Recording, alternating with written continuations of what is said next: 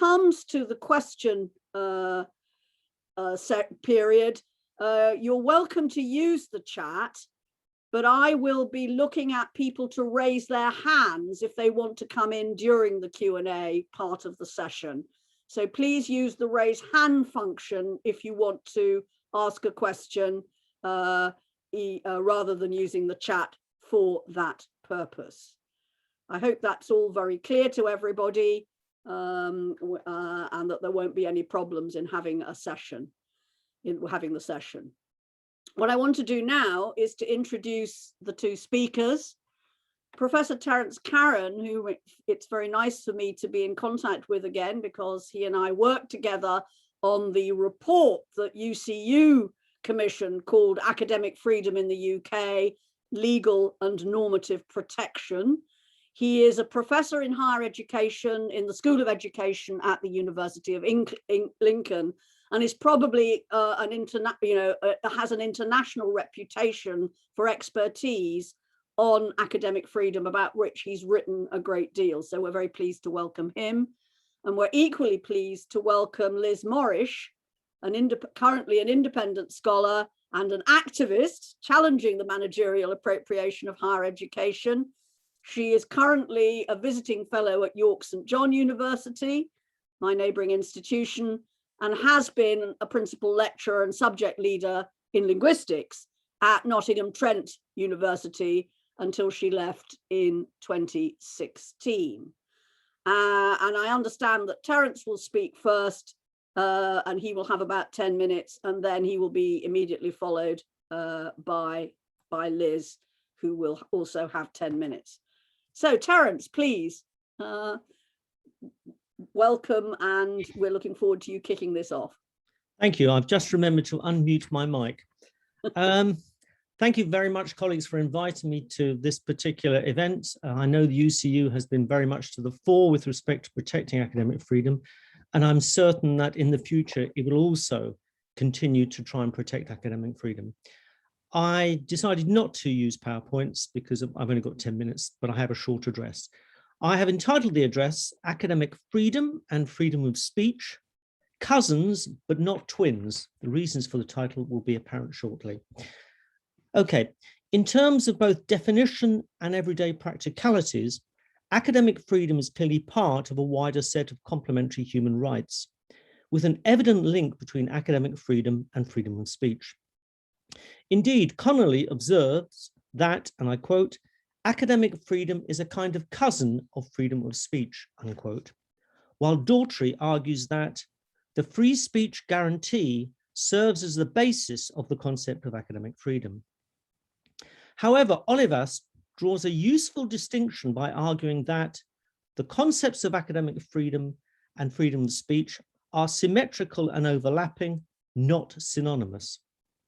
More helpfully, perhaps, addressing academic freedom and freedom of speech on campus, Chemerinsky and Gillam argue we should think of campuses as having two different zones of free expression: a professional zone, which protects the expression of ideas, but imposes an obligation of responsible discourse and conduct in formal educational and scholarly settings, and a larger free speech zone, where the only restrictions are those of society at large.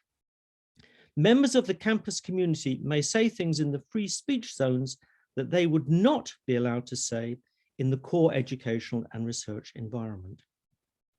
However, the white paper, Higher Education, Free Speech and Academic Freedom, issued by Gavin Williamson in February 2021, makes no attempt to assess the nuances of the relationship between these different concepts and argues that there is, quote, growing concern within government of a chilling effect on university campuses that means that not all students and staff feel able to express themselves without fear of repercussion. They may feel unsupported to challenge conventional wisdom or fear that their views on international, political, historical, or social issues will expose them to intimidation or harassment. The evidence cited by Williamson in support of this assertion is the report entitled Academic Freedom in the United Kingdom, which was authored by Thomas Simpson and Eric Kaufman, and published by the Policy Exchange in 2019, to which I will refer again later. Academic freedom is a professional freedom designed to enable the twin processes of teaching and research to flourish. These processes are the raison d'etre of academic freedom. However, in his book on academic duty, Donald Connolly makes the point that academic freedom has a counterpart, academic duty, that is much more seldom used. Democratic societies such as ours regard these two as opposite sides of the same coin. John Gardner put it well when he said of the symmetry between individual freedom and communitarian obligation: liberty and duty, freedom and responsibility. That's the deal. That is indeed the deal. However, in order for academic staff to be able to meet their side of the deal and faithfully fulfill their academic duty, they need absolute clarity as to when academic freedom and freedom of speech may be exercised. So I'll now come to the distinction between the two. Academic freedom is a narrow professional freedom granted to a few individuals within universities, selected for their exceptional subject knowledge and professional competence, acting within the confines of the academic community to perform two functions. First, to truthfully communicate peer-validated factual statements and knowledgeable opinions on subjects in which they have accredited expertise to a group of students who are chosen to participate in university studies on the basis of their academic criteria in order to educate them. Secondly, to undertake research to create new knowledge freely disseminated to their students and also peer-reviewed, critiqued, and discussed by the wider academic community. By contrast, freedom of speech is a wide, generic freedom granted to all to express their opinions and beliefs, which are neither peer-reviewed nor necessarily true, in any public environment by whatever method they deem appropriate, on any subject that they may choose, to all other people, but for no particular purpose or explicit function. Such speech could, for example, be deliberately untrue and expressed for the purposes of either amusing the audience, as when a stand-up comedian fabricates a funny story, or provoking the audience, as when a newspaper spreads false information. Whether academic freedom as a professional liberty covers speech within the private space of a university by those from outside the hosting institution or from outside of academia will depend on the function of the speech. If the governor of the Bank of England was invited to give an address to doctoral students in the Department of Economics at the University of Manchester, then academic freedom would apply, as the paramount purpose of the address would be to educate those students who attend. Moreover, the Chatham House rule is normally invoked for such events. By contrast, if the governor was then invited to give an address at a public lecture at the university, by reason of being open to the public and in the absence of any explicit intention to educate, then generic freedom of speech would apply, but academic freedom would not. We can see that these two examples readily approximate to the two different zones of free expression on campus, a professional zone and a larger free speech zone, as identified by Chemerinsky and Gilman, to which I previously alluded. At present, as academics, we're able to monitor whether, and thereby guarantee that, academic freedom is observed in those lectures and seminars in which we teach. However, it would be impossible for academic staff to similarly monitor and thereby protect freedom of speech in the university refectory or the union bar, or wherever students are voicing divergent opinions on matters of public interest outside of their chosen areas of study. The proposed legislation appears to want to enable freedom of speech on campus, but conflates this with academic freedom. And there's a general absence of any description of the context. For example, in paragraph 47, the Williamson paper states, quote, "Policy Exchange found that 4 out of 10 students who voted for the UK to leave the European Union felt uncomfortable expressing that in class, unquote. However, the document does not say in which class this occurred. If this occurred in a politics class, then academic freedom will come into play. And in such an environment, a discussion of Brexit will permit informed contributions both for and against. By contrast, for a student to voice such an opinion in, say, an architecture tutorial or seminar is unlikely, as such speech would be irrelevant and would be contrary to the purpose of the seminar.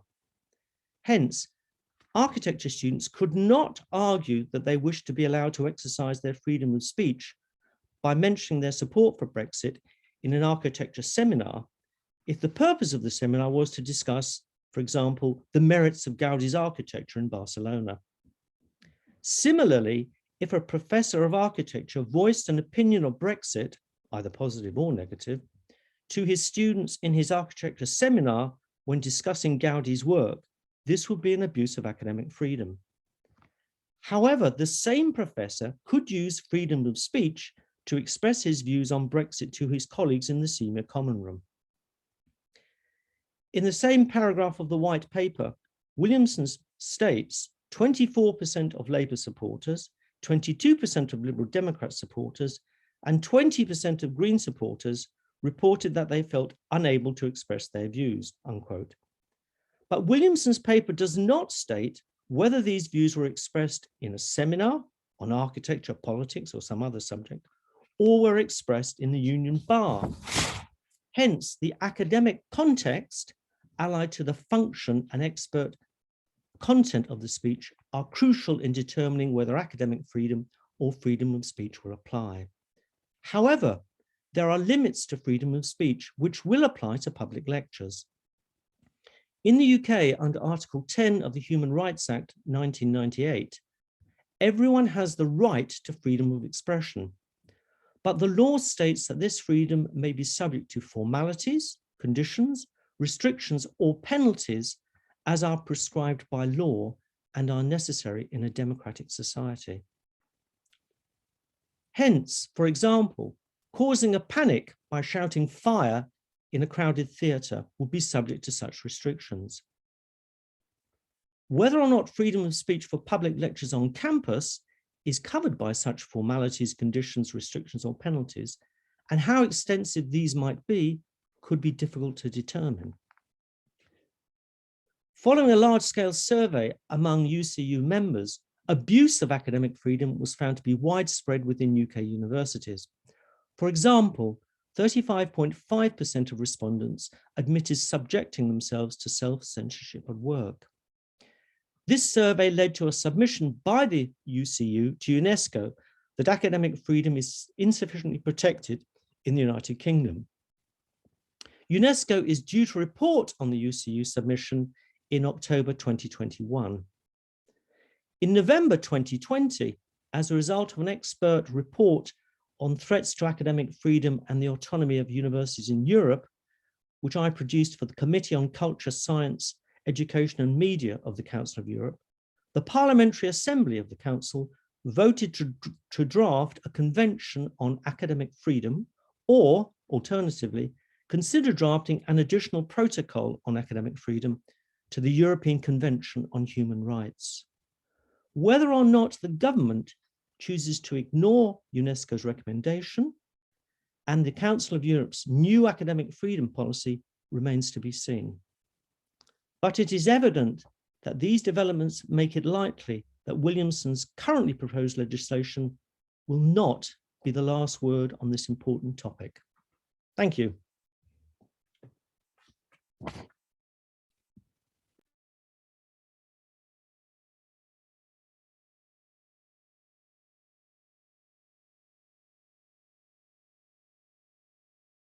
Sorry about that. Thank you so much. It was wonderful to have that laid out so clearly. And I'm wondering if you could post some of the references you made, because some of us may want to follow those up.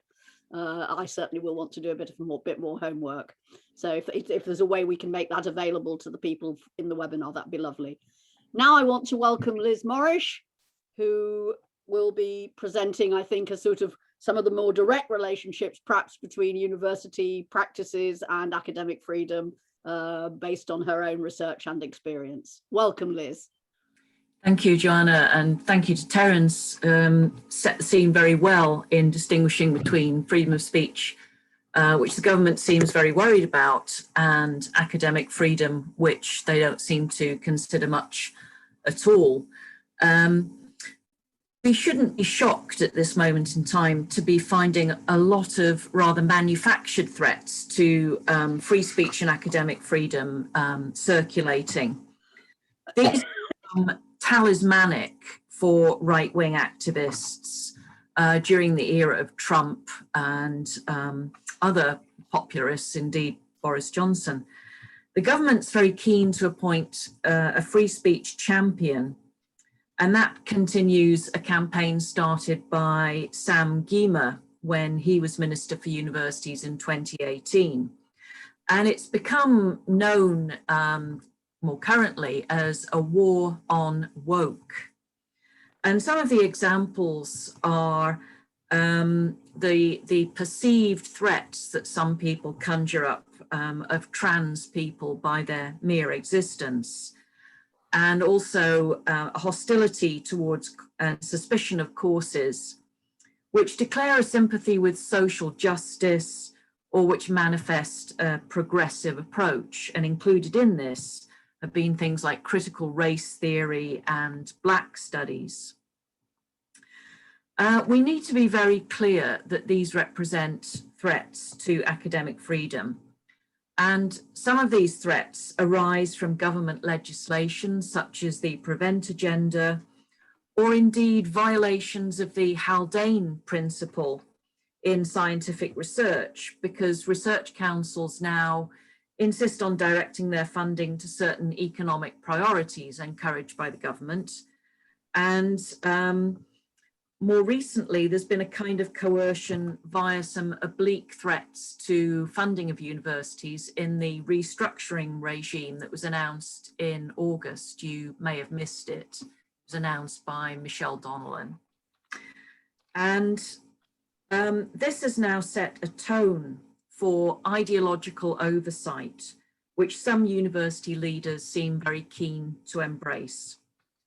Universities, of course, are always going to review on a regular basis their course offerings to ensure that they reflect academic currency for one thing, student choice for another. But what we've seen more recently is operating under the guise of emergency pandemic planning. Some universities are now seeking to dismantle what probably they conceive of as rather troublesome subject areas politically. So gender studies, we're seeing now at Aston University, the threats to English, history, and modern languages. And we know that university statutes echo the legislation on freedom of speech and academic freedom and guarantee academics freedom within the law to test, put forward new ideas and test controversial and unpopular opinions without placing themselves in jeopardy. In reality, these freedoms are being surrendered to what management see as the greater claims of academic capitalism, government policy, legislation, and their own responses, preferred responses to the pandemic. Well, let's start with the most egregious and transparent attack on academic freedom currently posed at Leicester Business School. The business school has become known primarily for its disdain of management orthodoxy, and it's announced that it will no longer support research in critical management studies and political economy, which was its great strength. And it's put all of its academics who identify with this field, or who even might at some time have published on critical management studies, or have critical in the title of one of their publications, or critical in the title of a journal. That's all it takes to put yourself on the threat of redundancy register at Leicester Business School. It's quite extraordinary. When those in a field critical of structures of power have their academic freedom removed, this is unarguably a breach of academic freedom. And this should be of enormous concern to the Office for Students and to the new freedom of speech champion, whoever they are. Let's look at another one. The University of Birmingham, in response to the difficulties of the pandemic, has issued a ruling that 3 academic staff must be capable of teaching a module. And this sort of violates the usual lean principle that we see at universities, where only 1 academic member of staff might be placed on a module. But they've decided to go for a principle of resilience.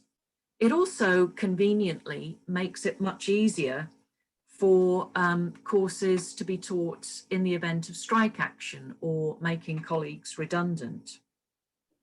But it does have a consequence for academic freedom because it ensures that only the most familiar and established courses can be taught, and goodbye research-led teaching.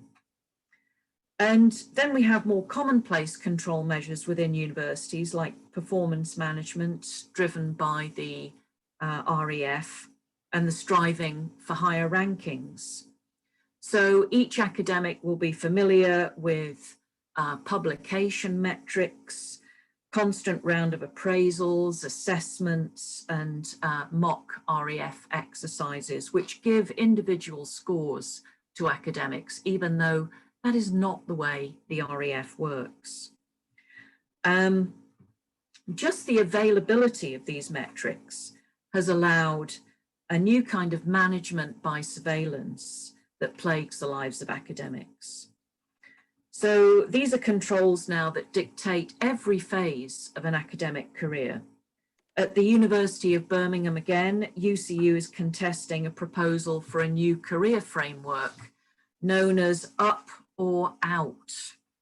So newly appointed lecturers are required to achieve promotion to senior lecturer within 5 years, or face the kind of performance management procedures that might end their career.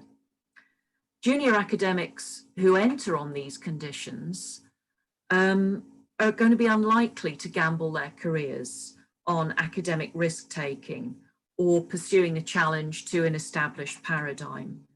And what this means is it's a kind of apprenticeship in academic obedience, and how that is going to lead to the pursuit of discovery, let alone what Birmingham's management state as their aim to develop and maintain an academic culture of intellectual stimulation and high achievement. I really don't think so under those conditions. At the University of Liverpool, Vice-Chancellor Janet Beer is attempting to apply research metrics and measures of research income over a 5-year period to select academics for redundancy in the Faculty of Life Sciences. Staff have been threatened with sacking and replacement by scholars held to hold more promise. It will be a very unwise scholar who chooses a niche field of research then that might not elicit a prime number of citations. So we now know where intervention into the rights of academics to teach and research autonomously may lead. We know that many of the candidates targeted for redundancy are UCU trade union officials. This has happened at the University of East London and the University of Hull and plenty of other places. What we're facing at the moment in UK higher education is a PATCO moment. And for those people not old enough to remember PATCO, President Reagan in the 1980s, 1980 I think it was, summarily dismissed all the air traffic controllers who were going on strike for better conditions, higher pay.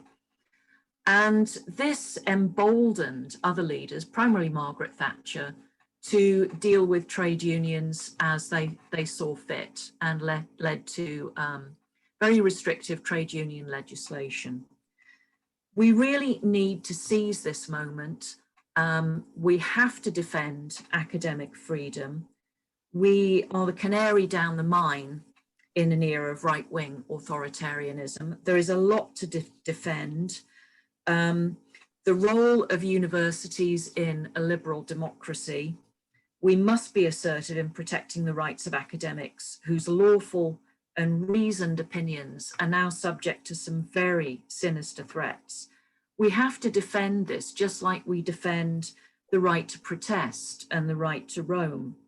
So this generation of academics has a very heavy responsibility if the abolition of autonomy and academic freedom is not to be completed in a very short period of time. Thank you.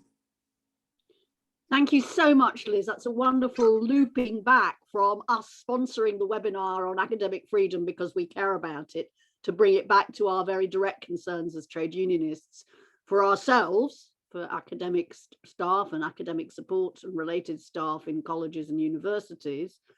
But also, I think for our students is the other thing I'd add in there, that we're doing that important. But anyway, enough from me. What I'm going to do now, having warmly thanked Liz and Terence for getting us going with some real meaty stuff to think about, is to open up a question and answer session. And a number of people sent in questions, which I've tried to group. I'll deal with those first, and then I'll ask our speakers to deal with them first, because some themes came out. And when we've heard their views on those, then we'll see what time is left for other questions. So firstly, we had a group of questions to do with academic freedom, market forces, and managerialism. And the first question I'd like to put to both speakers is about resisting the managerial culture led by financial considerations and query in thrall to government controls. Maybe that's the bit where we need to challenge. And that links to another question about the expectation that research activity be externally funded. And I'd be interested, and I think all of us would be interested, to have the views of Terence and of Liz on that question, that theme of how we resist managerial culture, how we campaign, find allies to challenge that and the government controls that may be threatened. And perhaps particularly a sort of sub-example of that is, of course, the point about research activity being externally funded. And people might want to reflect on the Leicester and other cases that Liz mentioned as well. So, Terence, if I can ask you first what your thoughts might be there. Surely. With respect to expecting all research activity to be externally funded, I think the impact on academic freedom will obviously be considerable insofar as academics will not have the freedom to undertake this work. They will have the freedom from intervention, perhaps. But what it seems will happen in the long term is that, in essence, research will be reduced to problem solving on behalf of external clients. Now, many of the really big breakthroughs in science, for example, DNA, have occurred because people could exercise academic freedom. In fact, Crick and Watson, during their period of time looking at DNA, were heavily criticized, but they had academic freedom, so they could continue. The point is that if we move to a system whereby all research has to be funded externally, it will be, to some extent, in the thrall of the person providing the money for the research. And this will mean that less blue skies research will be undertaken. And I've argued elsewhere that if you want to create a knowledge economy, you really should give academics more academic freedom, not less. Because if we don't give them freedom to undertake research into areas that people have not looked at, it is evident that we will not create additional knowledge. And the UK will fall behind other nation states where they're much more likely to offer funding for research that does not relate to the demands externally. Thank you. That's I think that sums up some really important themes. Liz, I'm sure you want to come in on this as well. Yeah, a couple of points. I think in terms of campaign building, it's important to make the point that for students and staff alike, there are huge consequences for academic careers in this. You know, if you're going into a profession where you literally are railroaded into some kind of orthodoxy, you're not allowed to exercise your autonomy. That's going to have consequences for the way your research develops. It's going to kind of put a net around your intellect in a way. Another point that could possibly be put to management when they insist that all research is externally funded is that this really prevents academics from having the kind of staff development that will allow them to get another job. See also teaching only pathways, career pathways. And, you know, management love this sort of boast about, you know, their staff development, and the very last thing that they would cut is staff development, because when the axe falls, you need to have you need to be able to ensure that your people can move to other jobs and other areas seamlessly. Okay, well, for academics, the currency is research and publications. So if you're impeding that, if you're telling academics that they can't publish, making it difficult for them to publish, you are in effect curtailing their careers.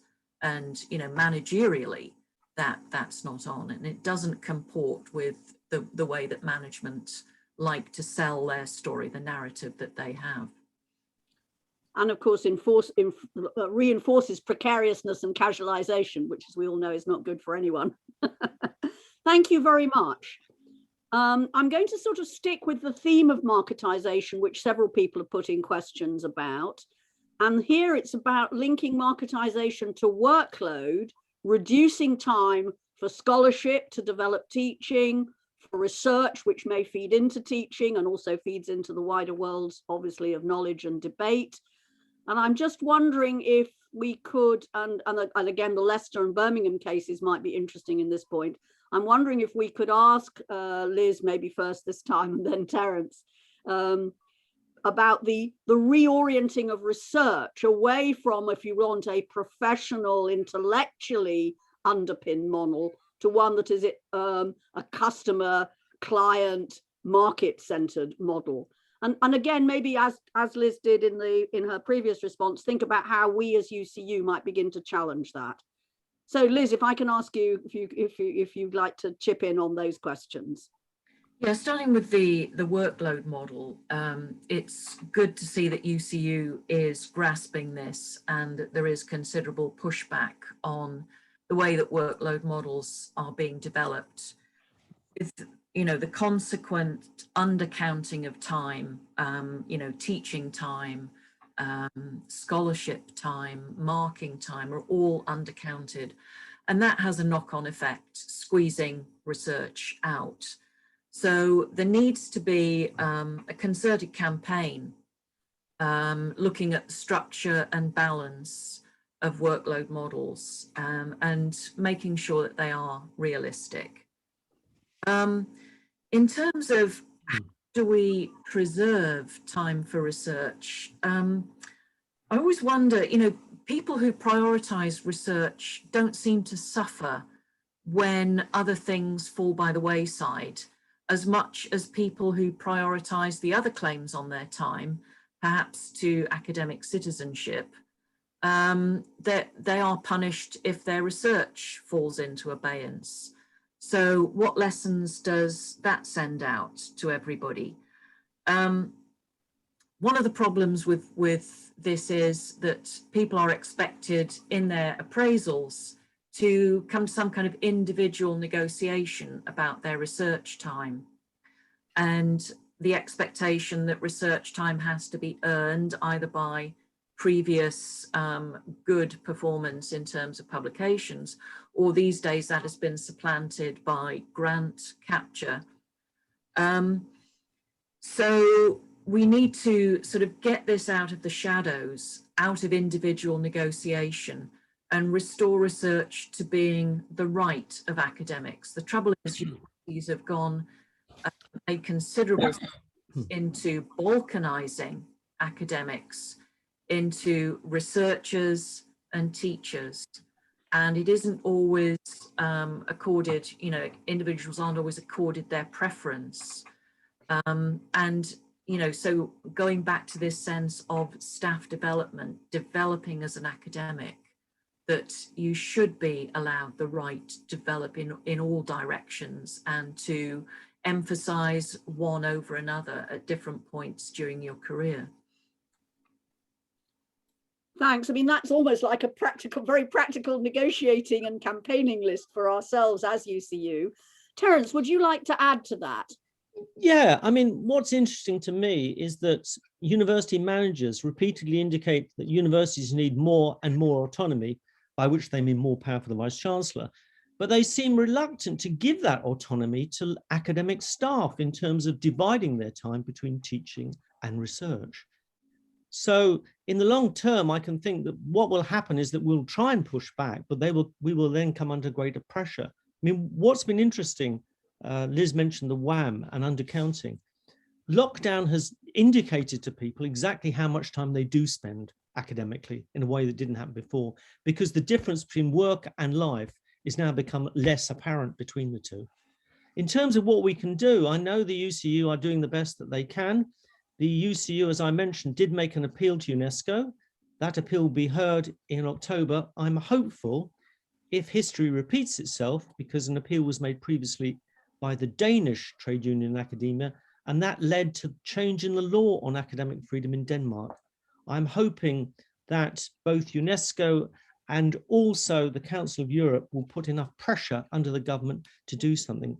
Otherwise, for myself and people coming behind me, in the past, I used to recommend to at least one of my graduate students every year that they might consider academia as a possible career. I'm less inclined to do that now. Yeah, deeply worrying. I've seen a hand go up, which I'm wondering if is about this direct issue. Chloe Wallace, I can see your hand. Would you like to join the discussion? I can do. I mean, it's a connected point, I think. I think it connects to this issue of managerialism. Go ahead, Chloe, and okay. welcome. Thank you.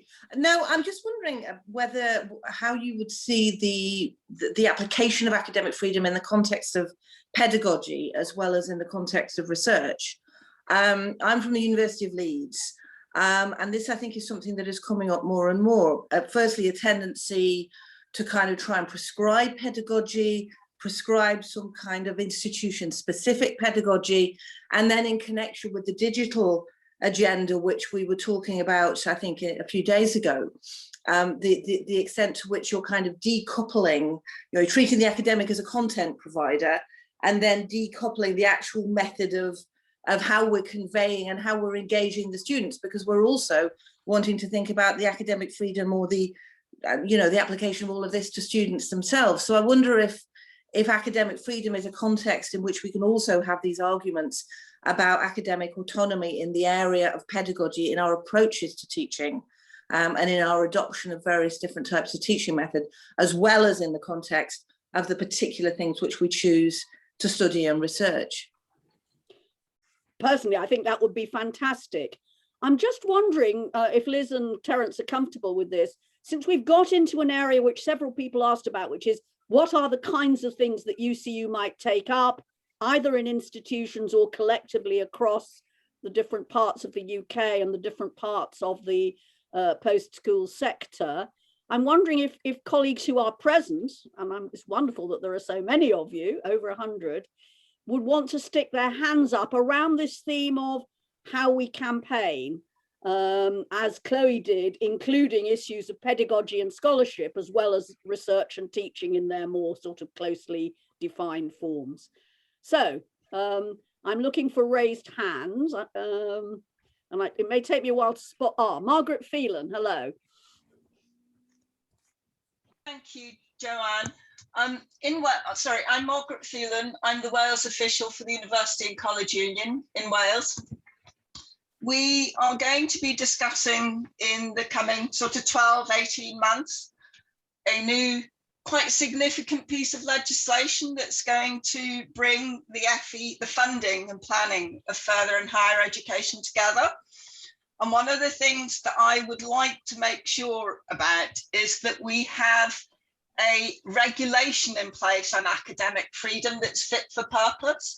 And I wonder if either Terence or Liz could point us in the direction of a piece of legislation where that is currently articulated so that we get it right in Wales, because I think we do have an opportunity to influence this. Thank you. I'll treat that question might helpfully get a quick answer from either Liz or Terence, pointing Margaret and other people working in this area towards particular legislation that might inform them in what they're campaigning for. So I'll let Liz or Terence in. I have a comment, but I'm sure Terence can address the legislation more specifically than I can. Okay, Terence, do you have any thoughts on this matter? Yeah, I mean, there are lots of legislation in other nation states of Europe that are very specific about academic freedom. So, for example, the Ley Orgánica in Spain is very long and very detailed about what academic freedom constitutes. But if you want to come nearer to home, even the Irish Universities Act of 1997 will give you some idea as to what it could include. Thank you, that's great. I'll come back to this theme of the issues that we as a union should be picking up, professionally, industrially, politically, whatever way you see it, and look for some indications from colleagues. And then after we've given this a bit of time, there's a couple more groups of questions I'd like to bring into the discussion. But let's see if anybody else wants to talk about, or wants to contribute to the discussion of picking up issues. Pardon this, my hand, but I've got the sun straight in my eyes in my attic. Ron Mendel, hello. Yes, I want to express my appreciation for very stimulating, but yet disturbing presentations. I don't think you're meant to be disturbing, but actually the examples that were given, I think, do raise a few eyebrows. I want to address the issue, again, of context. And here, I think in context, I'm thinking about the students and whether or not we need to be mindful. And this is a particular issue, I think, which I think all of us basically possibly have experienced, is if you're teaching a particular subject in a classroom, or even you're giving a public lecture to a larger audience, you might unintentionally cause offense to the audience, at least some people in the audience, or some of your students. It could be on the basis of religion, ethnicity, sexual orientation, gender identity, any other possible issue. So I just want to raise, how do we address that concern? How do we protect academic staff from feeling inhibited from expressing views which they know might be controversial and might cause offense to some people in the audience or in the classroom? Well, thanks a lot for that, Ron. And it links to a couple of questions that actually came up in the pre-submitted questions, which is, how do we recognize and indeed support diversity of opinion and controversy, while at the same time, as I think most of us would wish, not endorsing, views which are outside of areas which without endorsing hate speech or whatever. And I think it's the or indeed without damaging the safety of people in discussions where difficult things may come up, difficult things in teaching or whatever. So I'm wondering, obviously I will give Liz and Terence first crack at that, but it may be that also there are people here in the webinar who will want to come in. But Liz and Terence, I'll give you first crack at it. Okay, this is more of a problem, I suppose, or has been in the United States, where academic freedom is protected indirectly. And there have been quite a few cases that have gone to the Supreme Court where, for example, students had complained that what they were being taught was against their religion. And they did manage to do this successfully. I think you need to be, well, I would hope that academics being conversant with the subject area and also conversant with respect to the needs of their students would tread carefully, and I would put it down to their professionalism to make sure that they did not give deliberate offence for which there was no academic background. I think one of the things that distinguishes freedom of speech from academic freedom is that academic freedom, the content of our conversation is in essence peer-reviewed and expert, whereas when it comes to freedom of speech, that is not the case. And that's clearly the difference between the two. So I think, yes, there needs to be some degree of balance, and sometimes it's difficult to get that kind of balance. There was a famous case in the United States of a student who was studying the theatre, and as part of her assessment, she had to behave like a prostitute. And she was Mormon and indicated this was against her religion. And she won eventually in the Supreme Court. So we have to tread carefully. Thanks very much. Liz, do you have anything to add to this particular theme that's come up? I do. Yes, I mean, certainly I've been following debates in the United States very, very closely. I'm just thinking there was a time when Larry Summers, the economist, was president of Harvard University and made a comment about there were very few women in science because women just were not cut out for science. And, you know, there was enormous pushback on that and huge challenge. So what you see there is that not that somebody cannot articulate an unpopular view, but perhaps they're uncomfortable when that view is challenged. And also in the 1990s, there was a wonderful series of lectures. Stanley Fish, who's a literary critic and on the left, went on the road with Dinesh D'Souza, who was associated with sort of more conventional right-wing views. And they did the college circuit and probably made a bunch of money. But what was more important was this served as a model for students of how rational debate can be articulated. And, you know, as far as I know, the two men became great, great friends. So I think, you know, if you do feel the need to confront what might be received opinion in universities, it needs to be done in a very rational way and open to challenge and debate. And that's what we need to achieve. So I guess that's my offering on that one. Okay, so we're talking about sort of critical inclusiveness. We're talking about balancing what we want for our colleagues and our students, which is learning to think critically and rationally and to assess arguments and evidence and all those other things, but at the same time respecting areas which people value and are sensitive about. And it's the willingness to, I think Terence used the first word, strike the balance, that's important. And there are interesting examples, of which Liz has given us one, of which show how that can be managed. And I certainly have got examples in my own seminar teaching where we've been able to manage controversy by saying, okay, here are some people who are disagreeing. Let's work out a way of talking to each other, which is not hurtful, which is civil, etc., etc. Okay, we've got a few more moments for further questions.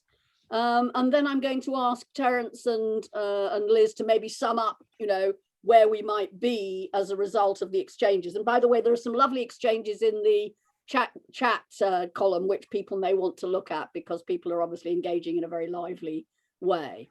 But I'll just check if there are any other people who want to. Can I ask those who have contributed to switch off their cameras as well as muting, because sometimes having cameras on creates difficulties. So I think, yes, thank you, Ron. It's not that I don't want to look at you, but this is a technical issue. So are there any other further comments and general thoughts about the issues that we've been exploring?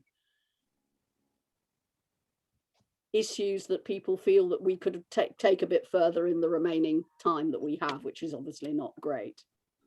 We could have clearly had a whole day on this. Any hands going up? People are obviously absorbing the discussion.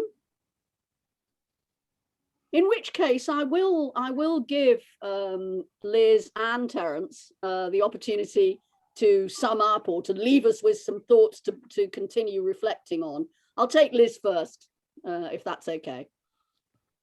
Yeah, okay. I just wanted to sum up by, reinforcing this notion of a PATCO moment, a moment where challenge is absolutely crucial. Not only do we have the pandemic, which has emboldened managers to restructure their universities, we have that emphasized by government as well in their restructure regime, offering money to universities during the pandemic if they will, restructure their universities according to the needs of the local economy. So, as Terence was saying, we become just problem-solving repositories. I think what is desperately needed within each university is a committee on academic freedom, which doesn't just have managers on it, doesn't just have deans and heads of department, but has early career researchers, postgraduates, undergraduates, and is the voice of the entire academic community. And that should review issues of academic freedom, issues brought to it, challenges, reports, and it should be structured into each university. And that, in fact, is one requirement of the government's restructuring regime, is that universities recommit themselves to freedom of speech and academic freedom. And I think we could take that very, very seriously, but in a very distributed, democratic way within institutions. I think that's a brilliant piece of work for us to embark on. I've noticed, and if Terence will bear with me, I've noticed that a colleague, Juliana Ojinaka, did have her hand up, and in order, it would be a pity not to give her the chance to come in. So Juliana, if you can in a quick few sentences make your contribution, we'd love to hear it. Thanks, Joanna. I'm coming from the FE sector, and I'm just wondering how relevant are these, or how would these issues be dealt with this sector, as well as prison education sector or adult education sector? Because lecturers are forced to teach particular areas. I mean, I teach A-levels as well as access to higher education. And sometimes you are forced to teach areas that you don't particularly want to teach, or areas that you don't have any specialism in. And if you refuse, then you are either disciplined or have to answer to your managers. So how does this, how are we going to deal with this? Because I know that overwhelmingly, much of your contributions are about higher education. What about the other sectors of education? That's a wonderful reminder. And I think the things about the quality of the student experience, the stuff about pedagogy and curriculum are things that are relevant to colleagues, not just in universities, but we need to do work on that probably inside UCU. So I'm really glad that you prompted us. Well, it looks like Terence might get the last word here.